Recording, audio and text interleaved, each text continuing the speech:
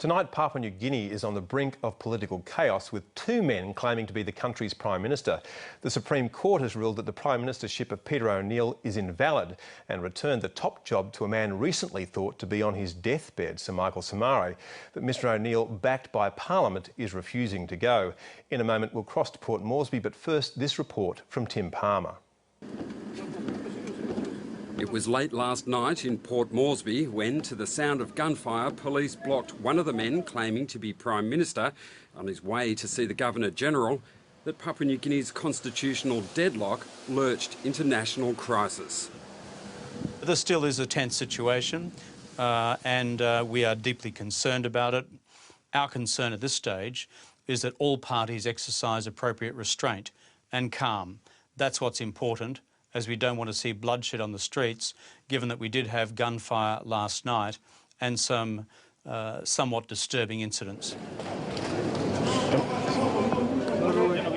On one side of the stalemate is the country's elder statesman, its first and 3 times Prime Minister, Sir Michael Somare, a man who just a few months ago was seemingly gone from political life and near death after heart surgery in Singapore. In June, Sir Michael's family had announced he'd resigned as Prime Minister. But now he has the backing of the country's Supreme Court to say he should be back running the country as PM. The legitimate government of Sir Michael, as at the 2nd of August, has now been fully restored by the due process of law. On the other side, and backed by nearly the entire Parliament, is Peter O'Neill, considered the Prime Minister until yesterday's court ruling sacked him. He says he's still PM despite that.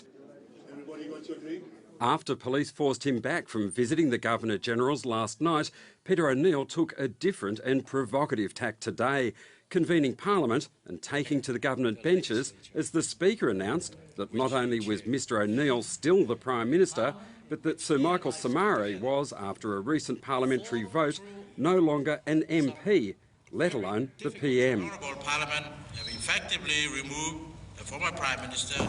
He is now an ordinary person. And with that, Mr O'Neill let it be known he intended to take the very prime ministerial action of organising an address to the nation. Outside the Parliament, that all stretched an already taut situation, something quickly transmitted to Australia's High Commission in Port Moresby and beyond. Well, the advice that we have is that the 2 contending political authorities within Papua New Guinea have, as it were, appointed police commissioners, one to the other. In other words, the pre-existing police commissioner appointed by Mr O'Neill remains in position. Sir Michael Somare, following the High Court's determination, has made a different appointment. This is a particularly disturbing development. I've asked the High Commissioner to have the Australian Federal Police representatives speak to their PNG police counterparts to request calm, given that you do have this apparent split within the PNG police force. And similarly, through the High Commissioner, the Australian Defence Force have done the same with their colleagues in the Papua New Guinea Defence Force. But so profound is this political and constitutional division that Australia won't yet recognise either man's claim on the Prime Ministership.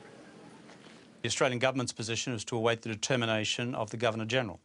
The Governor-General has ultimate political authority on this matter under the PNG Constitution. That would be the way we'd expect it to go, but so far the Governor-General has already been accused of just signing whatever comes onto his desk. I don't think we could accuse the Governor-General of having a partisan position on this. PNG analyst Ron May says neither of the self-proclaimed Prime Ministers appear ready to give ground. I'm not sure how this will be sorted out. It's possible that there'll be some brokering going on within the 2 political factions to try and get around this, but I don't see that this will be easy, because I don't see either Sir Michael Somare or Peter O'Neill stepping down very quickly. By mid-afternoon, the contest for the Prime Ministership was threatening to turn into no more than a race to see the Governor-General. Peter O'Neill made another move to enter Government House, this time backed by dozens of allied MPs. But after breaking through a cordon, they were driven back by armed police. But that was no indication, it seems, of the Governor-General's view on who should rule. The Secretary appeared later to announce that the head of state was confused by the court's decision. Hardly words to calm the situation.